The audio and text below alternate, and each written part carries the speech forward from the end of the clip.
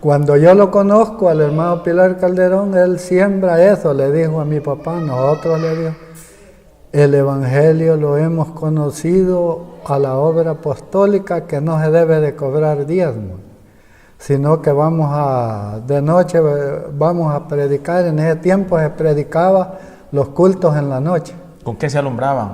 Pues los alumbrábamos con candiles de gas. Mi papá ahí tenía un candil de 2 mechas, que hacía un humazón para todos lados. Nosotros cuando hacíamos vigilia, amanecíamos con las narices llenas de humo.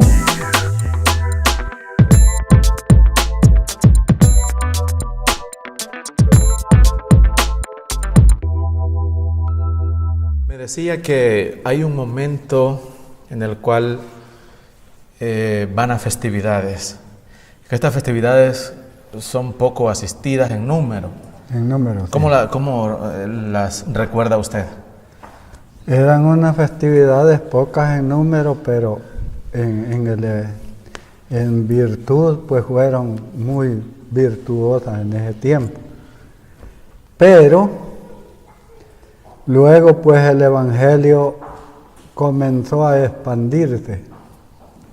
Después de eso ya los hermanos fueron abriendo brechas por diferentes lugares. Hermano Pilar casi fue poco él de que lo que él se expandió casi quedó en otros, digamos, no en la iglesia de él, ¿verdad?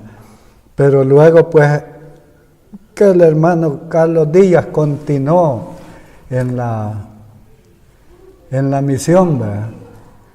Entonces él sí se expandió grandemente, porque allí sí las festividades fueron grandísimas. Me decía usted que cuando en esas primeras festividades el mismo hermano Pilar cocinaba. Él era el que hacía la comida y servía la mesa. Eso es donde el hermano Pilar, ¿verdad? Sí. Entonces, en ese tiempo el baptista que él tenía era el hermano Carlos Díaz. Estaba de 16 años el hermano, cuando él lo ascendió a baptista por la vocación. La vocación de él. Entonces eran los ancianos que él tenía, hermano Carlos Díaz, Elías Rodas, Julio Smith y un hermano que se llamaba Eusebio Iraeta. ¿A qué lugar iban a bautizar? Se iba a bautizar, Mao Pilar casi siempre venía a bautizar al lago de Apulo. Ajá. Y al río Sucio, no sé por qué le gustaba allá en el que ocupan para riego. Ajá. Buscando a Santana. ¿Cómo? Sí, allí bautizaba él. Porque allí fue donde, por primera vez cuando yo lo conocí, fue a bautizar al hermano Rogelio Villanueva, que es el anciano de Limón, ¿verdad? Y al hermano Pedro Regalado, que es otro de los ancianos que están en el Limón. En ese tiempo eran bien jóvenes ellos, estaban en su... Sí. ¿Verdad? Los bautizó en el río Sucio. Hablando de jóvenes, ¿usted en qué año se convierte? Me convertí en el año 69. Usted tenía como 17 años. 17 años, sí. ¿A dónde fue que lo hizo?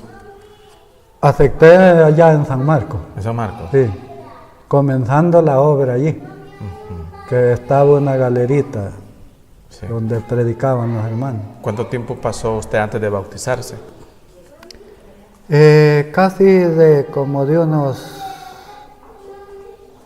como unos, porque cuando mi papá llega a la obra estaba yo como de 9 años. Sí. Entonces estaba a 17 años, como 8 años. Sí. Después que anduve ya en escuela dominical y todo eso. Sí.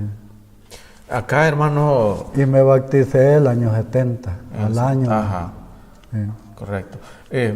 Cuando acá usted acepta, la población, el pueblo crece, ¿y siguen en la casa de sus papás haciendo cultos o ya comienzan a hacer una Hicimos, cuando yo llegué a la obra, todavía pasamos un tiempo haciendo culto en la casa de mi papá.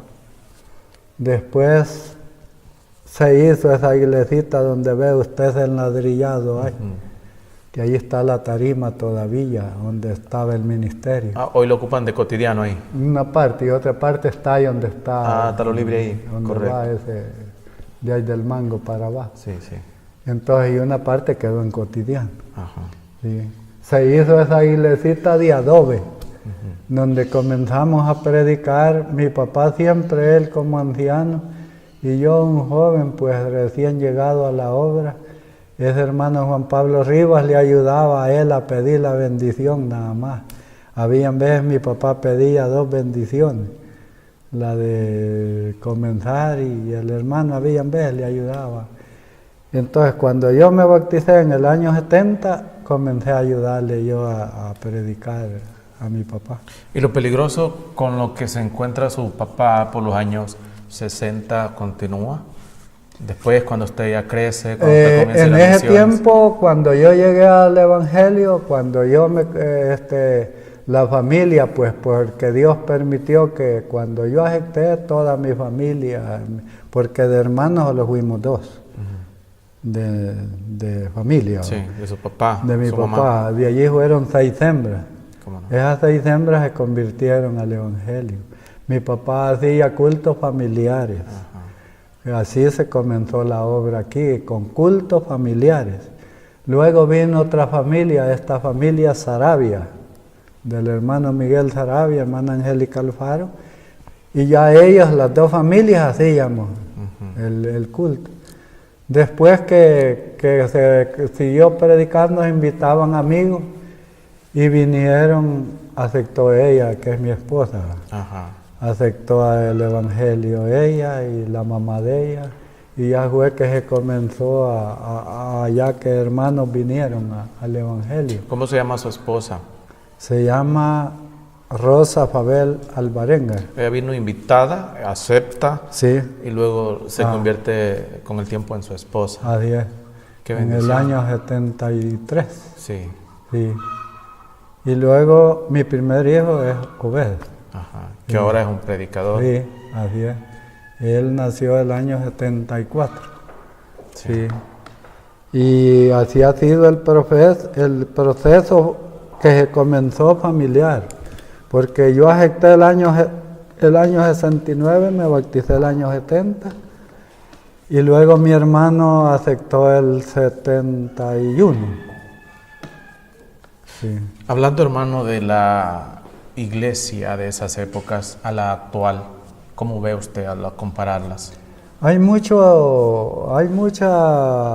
que andarle a lo que se vivió en ese tiempo, porque el Evangelio que vivimos en ese tiempo, las iglesias de ahora, usted ve que hasta los vehículos llegan al lugar. Ese tiempo no había que andarle, porque fíjese que todos los campos blancos que se levantaron en San Marcos, por lo menos se levantó un campo en La Libertad, en un lugar que se llama San José Tarpea. Había que desde la calle, había que subir una cuesta para arriba en un cerro barrialoso, que uno de los zapatos así los llevaba de lodo para llegar al lugar donde se predicaba. Allí se convirtió un pueblo, pero para esos tiempos, ahora llegan vehículos al lugar. En cuanto a la doctrina, ¿cómo lo ve usted? La doctrina en muchas iglesias pues han perdido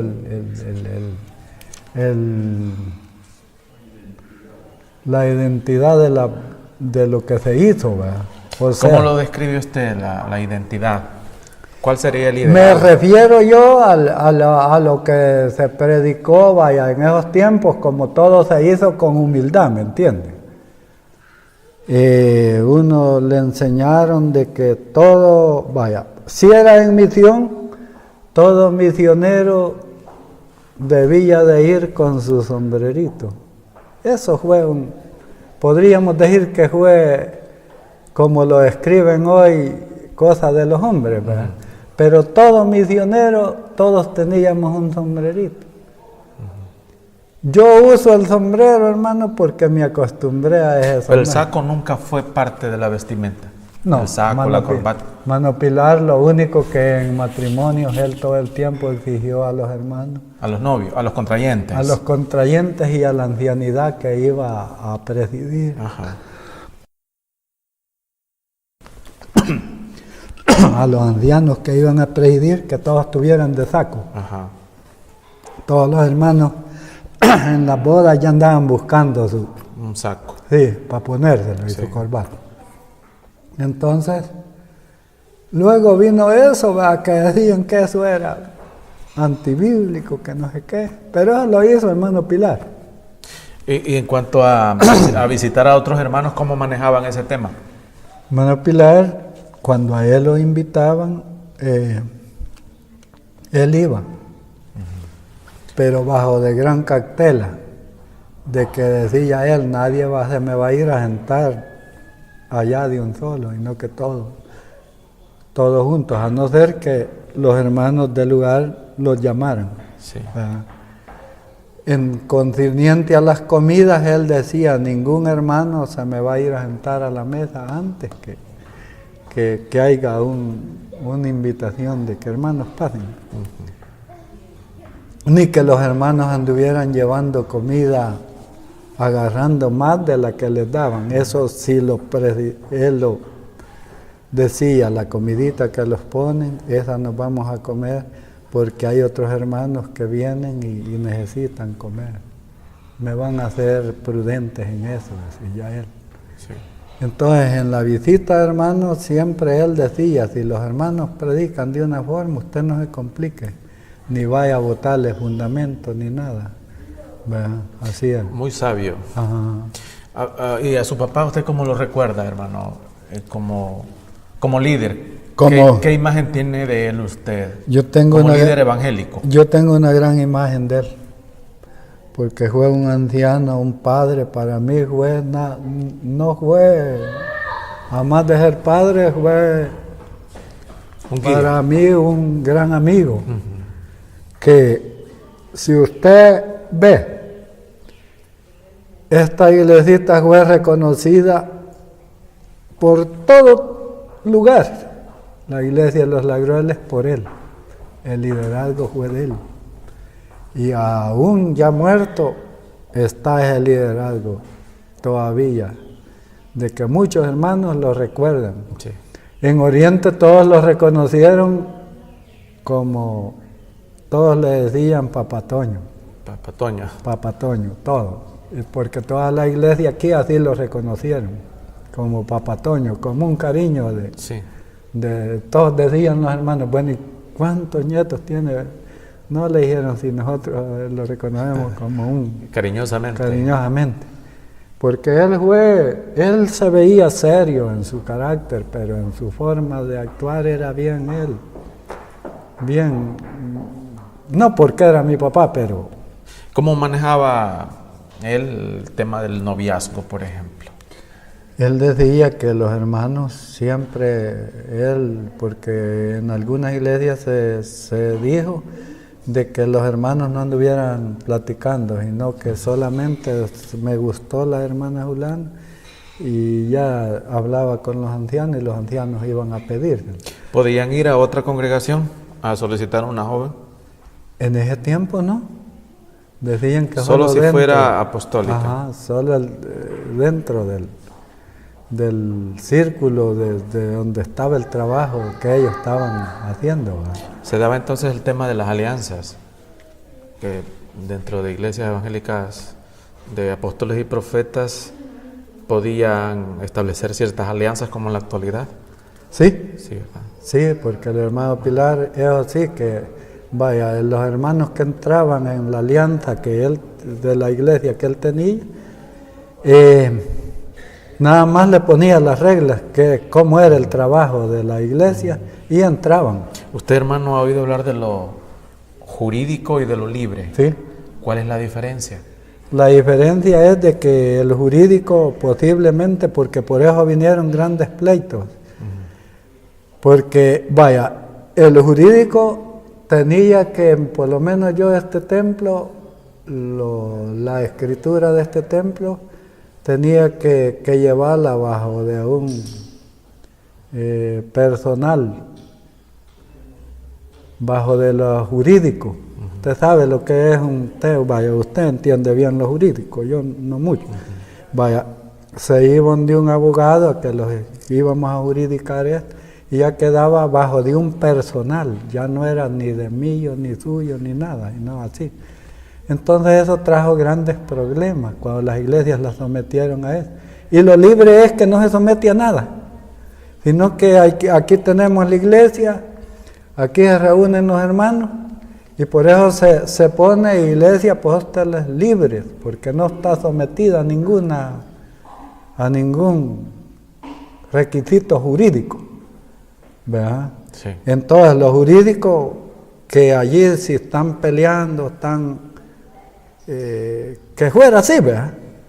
Entonces hay algo que establece la carta jurídica. ¿Usted recuerda en el liderazgo si estos ancianos pusieron una medida en cuanto a si tener anciano o tener pastor? En algunas iglesias jurídicas sí, ya llegaron a ese término. Cuando nosotros nos criamos, digamos que comenzamos el evangelio,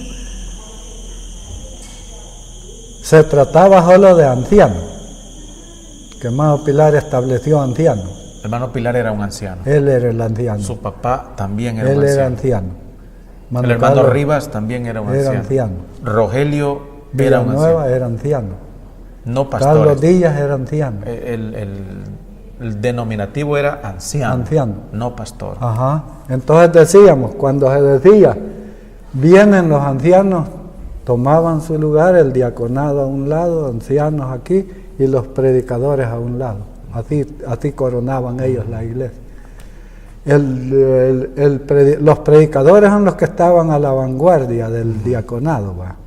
Que cuando se les decía, hoy van a predicar los predicadores, les tocaba a ellos. Cuando decían los diáconos tal día, y día domingo naturalmente iban los ancianos, porque hermano Pilar siempre tuvo 7 ancianos. 7 ancianos. 7 ancianos. Habiendo un primero y los otros no tenían número. Sí, eran 7 los que 7. tenían. 7 diáconos, 7 y luego los predicadores. Pero uno se sugería a establecido, como lo que hemos oído ahora. Sí. Después, pues, si ha venido eso, que 2, 3, por lo que la Biblia dice, ¿verdad? Vaya. En cambio, vaya, cuando las iglesias llegan a juridicarse, ya había que poner un pastor como líder, porque Cuscatancingo lo tiene, un pastor. Que es el que toma todas las decisiones. Él es el que toma todas. A diferencia de la ancianidad, que es en conjunto que discuten cada tema. Sí, pero está el pastor. En cambio nosotros en la iglesia libre no tenemos pastor, sino que está un anciano, están los ancianos. En Oriente me hablaban de un hermano que se llamó José Rubio. ¿Lo conoció usted? José Rubio ya no lo conocí yo, porque fue en el tiempo de temporáneo que el hermano Pilar Calderón, en la bibliografía que él nos dio, él fundó la iglesia de Agua Caliente. En Oriente. En Oriente, hermano Pilar Calderón. Y luego hermano Chepe Rubio formaron entre los dos la iglesia del Piche. La iglesia del Piche viene en el tiempo del hermano Chepe Rubio y se juridicó. El hermano Cruz Montiel se juridicaron ellos y tomaron ellos, entonces se rompió la iglesia. Correcto. Que unos eran libres y otros no, pero se rompió la iglesia, ya no como era. O sea que este tema de lo libre y lo jurídico viene desde hace mucho tiempo, casi surge a la par. Sí. Hablando de Oriente. Ahora, si vamos a Occidente, ¿recuerda usted alguna iglesia de Occidente? Santa Ana, Chalatenango. Ya al lado de Occidente, ya solo en las iglesias donde hemos andado nosotros, ¿verdad? Como fue, digamos, La Echadura, al lado de Sonsonate, Barra Ciega, aquí al lado de digamos, La Libertad estaba San Alfonso, Tarpea, y así. al lado aquí del norte, vaya al lado digamos en Suntepeque, sí hubo campo blanco. Entonces un lugar que se llamó Paratao, que era en la frontera. Y así, ya lo que viví yo en el tiempo, ya las iglesias grandes ya no le puedo dar yo. Sí, correcto. Sí. Bueno, hermano, ha sido un privilegio haber conversado con ustedes, sus experiencias, y esta plática es de mucha bendición para muchos que van a oírla. Y agradecemos. Y es de mucha bendición, hermano. A ver. Creo que vamos a continuar hablando de otros puntitos doctrinales en siguientes entrevistas. Va, está bien. Este primer paso lo vamos a tomar como de conocer un poco la historia, nuestros orígenes, y también resaltar a aquellos hermanos que como sus padres sufrieron verdaderamente un sufrimiento de vituperio por causa de Jesucristo, que eso es admirable. Así que porque agradezco mucho. Yo les digo aún les digo a muchos hermanos, para nosotros hasta ir a la escuela fue de gran vituperio, por ser hijo de un hermano. A nosotros solo los decían los hijos de los masones. En ese tiempo yo no sé cómo se habían sacado eso de masones, protestantes, luteranos, y qué no le decían a uno. A nosotros aquí los decían de todo, ahí en la escuela. Y decían los maestros, no se acerquen a esos niños, porque esos ya los tiene contagiados. Todo eso lo aguantamos nosotros. Sí. Bueno, vaya, hermano, Dios le bendiga.